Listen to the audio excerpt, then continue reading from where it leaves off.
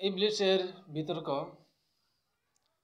আল্লাহ তাআলা যদিও মনের গোপন কথাসমূহ জানেন এবং অতীত বর্তমান ভবিষ্যৎ সবই তার নিকট সমান, তারপরেও তিনি পরীক্ষার জন্য ইবলিসকে প্রশ্ন করলেন, অর্থাৎ আমি যখন স্বয়ং তোমাকে আদেশ করছি তখন কোন বিষয়টি তোমাকে সেজদা করতে বারণ করলো?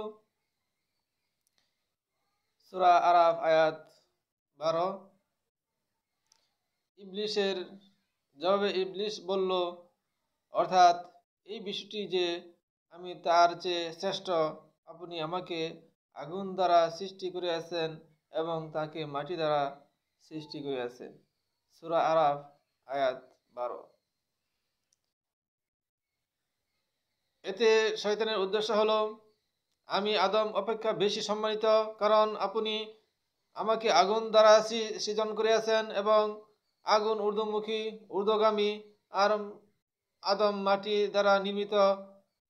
আগুনের সাথে মাটির কোনো তুলনা হতে পারে না।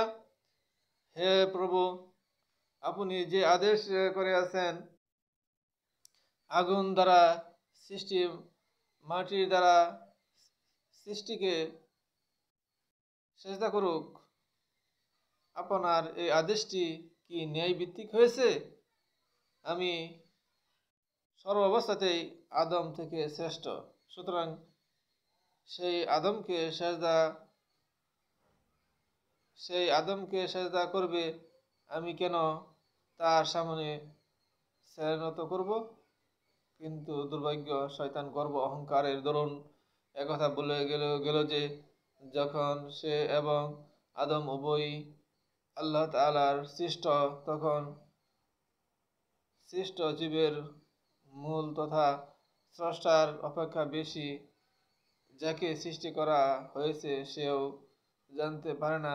শয়তান নিজের আত্মগম্ভীরতা ও অহংকার বশত একথা বুঝতে সক্ষম হয় যে মর্যাদার উচ্চতা এবং নিম্নতা সেই মূল পদার্থের ভিত্তিতে নয় যা দ্বারা কোনো সৃষ্টি জীবের খামির প্রস্তুত করা হয়েছে, এবং এর ভিত্তি সে গুণাবলীর উপর স্থাপিত যা সকল সৃষ্টির স্রষ্টা সেই সৃষ্ট জীবের মধ্যে সংযোগ করে দিয়েছেন।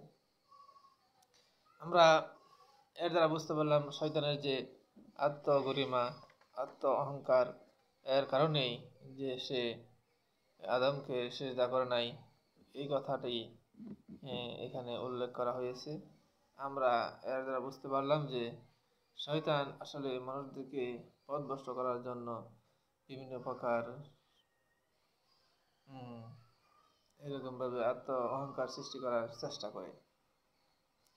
শয়তানের এহেন উত্তরের ভিত্তিতে যেহেতু আল্লাহ অহংকার ও গর্বের স্থাপিত ছিল, কাজেই আল্লাহ তাআলা তাকে পরিষ্কার বলে দিলেন যে মূর্খতাজনিত গর্ব অহংকার তোকে এত অন্ধকার করে দিয়েছে যে তুই তোর স্রষ্টার হক সমূহ এবং মর্যাদাও ভুলে গিয়েছিস, যে কারণে তুই আমাকে অন্যায় আচরণকারী সাব্যস্ত করেছিস এবং একথার অনুধাবন করতে পারলে না যে তোর মূর্খতা তোকে আসল বিষয় বুঝতে অক্ষম ও অপারগ বানিয়ে দিয়েছে।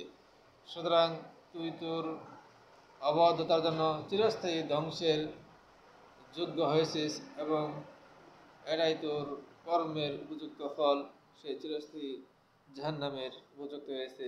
আর আল্লাহ তাআলা বলছেন এটাই তোর কর্মের ফল।